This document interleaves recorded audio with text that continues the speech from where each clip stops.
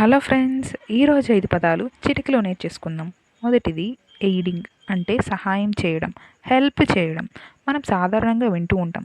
First aid, legal aid అంటే ఏంటి? Aid అంటే హెల్ప్. ఫస్ట్ ఎయిడ్ ఎవరికి చేస్తాం? ప్రథమ చికిత్స అని అర్థం తెలుగులో.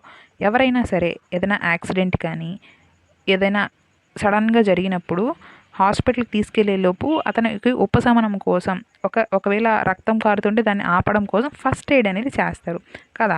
లీగల్ ఎయిడ్ ఎవరికి ఇస్తారు? ఎవరైతే పేదవాళ్ళు ఉన్నారో సూట్ వేసుకోవడానికి లేదా కేస్ వేసుకోవడానికి స్తోమత ఎవరికైతే లేదో వాళ్ళ కోసం ఫ్రీ లీగల్ ఎయిడ్ అని చెప్పి కోర్టు వాళ్ళకి ప్రొవైడ్ చేస్తుంది. లీగల్ ఎయిడ్ అంటే ఏంటి?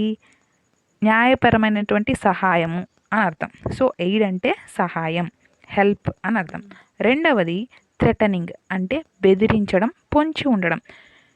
అంటే మీకు హాని తలపెడతాము, మీరు పలానా ఫేవర్ నాకు చేయలేదు అని అంటే నిన్ను, నీ వాళ్ళని, లేకపోతే నీకు సంబంధించిన ఆస్తిని ఏదో ఒకటి చేస్తాను అని చెప్పి భయపించడం, దాన్ని థ్రెటనింగ్ అంటారు.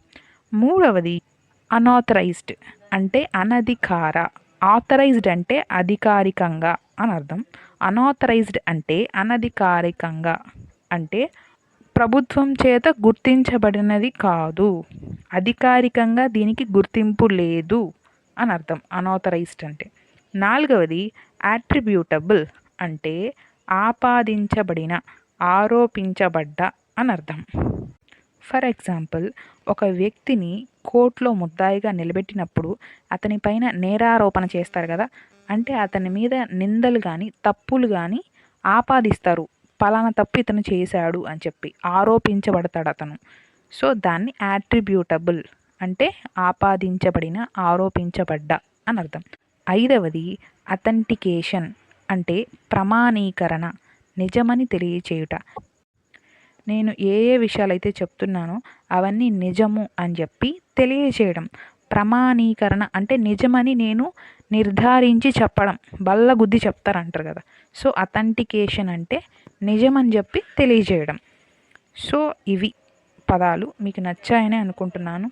ఒక్కసారిగా నేర్చుకోవడం, ఒక 100 పదాలు కానీ లేకపోతే ఒక 50 వర్డ్స్ కానీ ఒక్కసారిగా నేర్చుకోవాలంటే కష్టమే, అవి గుర్తుండడం కూడా కష్టమే.